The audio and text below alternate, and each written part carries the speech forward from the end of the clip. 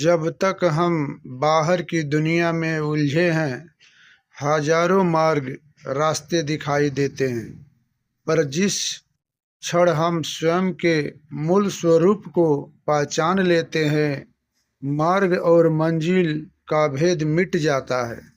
जैसे एक कस्तूरी मृग उस दिव्य सुगंध की खोज में पूरे जंगल में भटकता फिरता है, कांटों में उलझता है और थक कर हार जाता है। वह सुगंध की तलाश में हजारों कोस दौड़ता है, पर उसे मार्ग नहीं मिलता। अंत में जब वह थक कर बैठता है और अपनी ही नाभि स्वयं की सुगंध को पहचान लेता है, तब उसकी सारी दौड़ खत्म हो जाती है।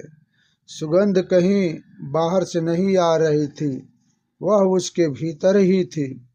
ठीक वैसे ही जिसे हम बाहर ढूंढ रहे हैं, वह स्वयं ही है। एक लहर जब तक खुद को सागर से अलग मानती है, वह संघर्ष करती है, दूसरी लहरों से टकराती है और किनारों की तलाश में रहती है। उसे लगता है कि उसे कहीं पहुंचना है, पर जिस पल उसे यह बोध अवेयरनेस होता है कि वह पानी ही है और सागर उससे अलग नहीं, उस पल उसकी किनारे की सारी खोज समाप्त हो जाती है। अब वह लहर कहीं जाने के लिए नहीं तड़पती, बल्कि सागर की विशालता में ही ठहर जाती है।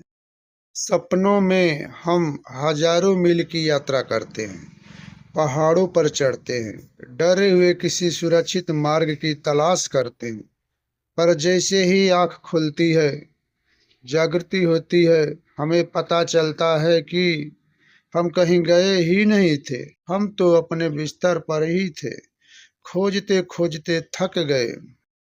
पाँव जब मंजिल को बाहर पाया, चैन मिला। तब रूह को जब स्वयं में ही सत्य समाया। अब न कोई डगर है, न कोई सफर है, बाकी आईना ही बन गया चेहरा। जब दृष्टा जाग कर आया सामने, धन्यकार जी।